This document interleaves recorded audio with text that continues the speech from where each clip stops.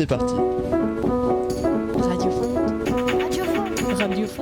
Et bonsoir tout le monde, on est encore une fois en direct de Saint-Pierre-de-Cormeilles au festival des 24 heures du Tormelier. Et on est là en présence de deux grands artistes. Alors qui êtes-vous? De quel groupe faites-vous partie? On fait partie des The Pitmen. Ok. Voilà. Donc Francis, guitare-chant, et Joris, guitare-chœur. Ok, et vous êtes combien dans votre groupe? On est 4, il y a donc un basse-batterie avec nous. Et qu'est-ce que vous faites comme musique exactement?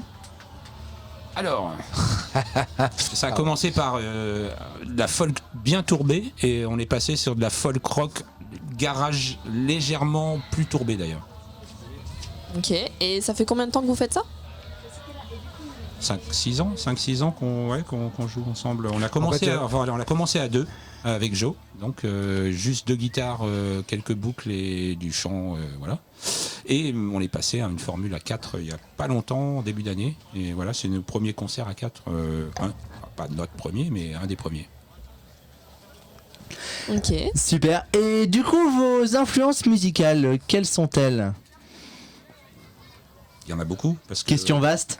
Ouais, parce qu'on vient tous de différents milieux musicaux, groupes du coin. On a fait du punk rock, on a fait du garage, on a fait...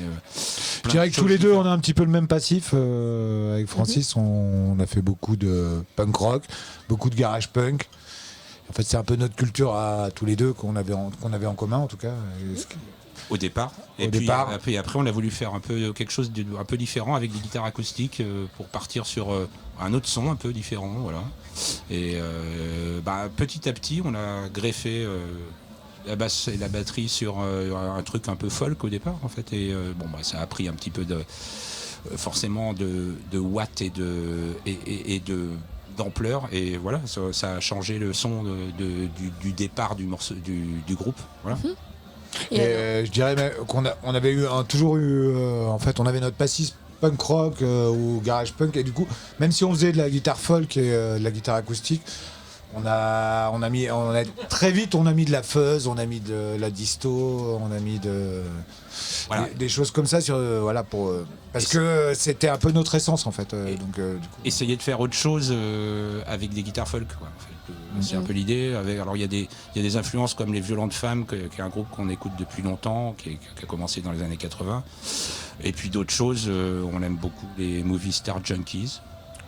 On aime beaucoup des choses comme ça. C.W. Stone King, un Australien aussi, qui fait une musique un peu des années 30-40 et revue à sa sauce. Et voilà, on s'inspire de tout ça et de tout ce qu'on a écouté depuis 30 ans, 40 ans. Parce qu'on Super. n'est pas tout jeune. Et alors, la grande question, est-ce que vous comptez continuer longtemps? Est-ce que ce groupe est fait pour durer? Oula. A priori, je dirais tant qu'on s'entend bien et que, je sais pas, je pense qu'il n'y a pas trop de... On se donne pas de limite en tout cas. Ouais, il n'y a pas vraiment de plan de carrière. Ouais, exactement. Top. Et le festival, comment vous l'avez connu? Qu'est-ce qui a fait que vous êtes arrivé à jouer ici ce soir? Alors, en fait, moi, j'ai connu ce festival l'année dernière. Parce que j'avais des potes qui jouaient, donc du coup même le bassiste qui joue avec nous à un autre groupe qui s'appelle Way Up Mountain. Et du coup, je suis venu voir les gars jouer ici. Et j'ai tout de suite kiffé le lieu, l'ambiance, les gens, l'ambiance, les organisateurs. En gros, t'as kiffé tout le truc, quoi, le concept. Tu vois, t'arrives, le lieu il est magnifique, c'est prix libre la boisson, prix libre la restauration. Tu te dis, mais où j'arrive, quoi. Et le lieu est beau, enfin, voilà. C'est un super concept. Je trouve que tu vois bien, puis les gens qui sont là, tu vibres avec eux, c'est super cool, quoi. C'est super lieu, super ambiance. Voilà. Et le début de votre groupe, comment ça s'est passé? Racontez-nous un petit peu. Alors le tout début... c'est marrant, ça se raconte. La création. La création, c'est... moi j'ai commencé, alors justement, avec l'envie de faire un truc acoustique au départ, parce que j'aime toujours écouter ça, même si j'écoutais beaucoup d'autres trucs. Et puis j'ai commencé tout seul. Et Joe m'a proposé, on se connaît depuis longtemps. Au début, moi je jouais pas avec toi, tu as commencé à enregistrer. Je t'ai aidé à enregistrer tes morceaux. Et puis petit à petit, on s'est dit que ça serait peut-être bien essayer de faire la même chose à deux, donc avec 2 guitares acoustiques, un truc sur des influences communes qu'on a depuis longtemps, aussi parce qu'on aime bien le punk rock, on aime bien le rock and roll, mais on aime bien aussi le folk rock sur certains aspects. Et petit à petit, on a donc monté le truc à 2, on a commencé à envoyer des boucles par-dessus pour essayer de faire quelque chose quand même qui tienne un concert, quoi, enfin qu'il n'y ait pas que 2 guitares. Et puis petit à petit, ça s'est fait. Et puis là, il y a 6 mois, on a commencé avec Mathieu et Sam à basse batterie, et très content de pouvoir passer à une autre étape en fait. À la vitesse supérieure, pour votre groupe. C'est différent. Ça étoffe, c'est différent, ça étoffe le truc, quoi. C'est pas tout. C'est complémentaire. Disons qu'on passe sur autre chose, mais il y a toujours l'affiliation, il n'y a pas de problème, quoi. Mais Mhm.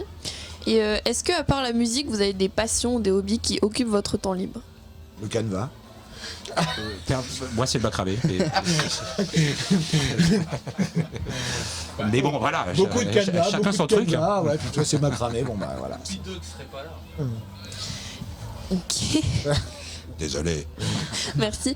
Et est-ce qu'à part est-ce que dans votre musique, il y a quelque chose, il y a un message que vous aimeriez faire passer à vos auditeurs, un truc que vous aimeriez leur dire à travers votre chant? Je sais pas si on peut parler de ça. Faut venir voir les Pitmen. On n'est pas forcément militant, mais on est quand même plus ou moins anticapitaliste. Et voilà, quand même. Ça, c'est cool, ça. Déjà à la base. Voilà. Même si on n'a pas forcément un discours militant. Mais dans les paroles, évidemment, tout ce qui se passe autour de nous, tout ce qui se passe en ce moment, il y a forcément un impact. Et on est dans ce qui se passe. Dans le militantisme à votre échelle. C'est ça. Bah, disons qu'on n'hésite pas à jouer pour la Confédération paysanne ou des choses qui ont un sens. Ok. Voilà. Personnellement, j'en ai terminé avec les questions. Noah, est-ce que tu voudrais rajouter quelque chose? Est-ce que vous avez des prochains projets, des prochaines dates à certains endroits, des festivals peut-être Bah, faites-nous jouer, quoi. Ouais, c'est ça. C'est noté. Alors, non, là, on a fait un début de premier... Ah, il y a une cloche. C'est moi. Il y a premier semestre, on a fait pas mal de concerts, donc on était assez content de pouvoir rejouer parce que, comme tous les groupes, on a eu un peu du mal à supporter les 2 années qu'on a eues avant. Et donc on est assez content de pouvoir continuer à jouer et trouver des concerts, ce qui n'est pas toujours facile. Et puis avec l'idée d'enregistrer derrière peut-être quelque chose en studio. Ouais, en studio. On a déjà sorti un 45 tours, un CD, et on aimerait bien faire un mini LP par exemple en vinyle. Voilà, c'est l'idée, le projet qu'on a assez rapidement. Je pense on va essayer de faire ça. Ouais. Top. Okay. Et du coup, pour vous retrouver sur les réseaux, vous êtes sur Insta, Facebook, je suppose? Pas Insta, mais Facebook. En tout cas, on a un Bandcamp aussi. Ouais, pour écouter la musique réellement, donc avec un son à peu près correct. Voilà, Bandcamp, c'est bien. Ouais, je pense que Bandcamp, c'est pas mal. Et ben, on retient et on passe le message. Ouais. Merci beaucoup. Merci beaucoup, bonne soirée et à bientôt. Salut. Bonne soirée à vous aussi. Ciao. Silverman.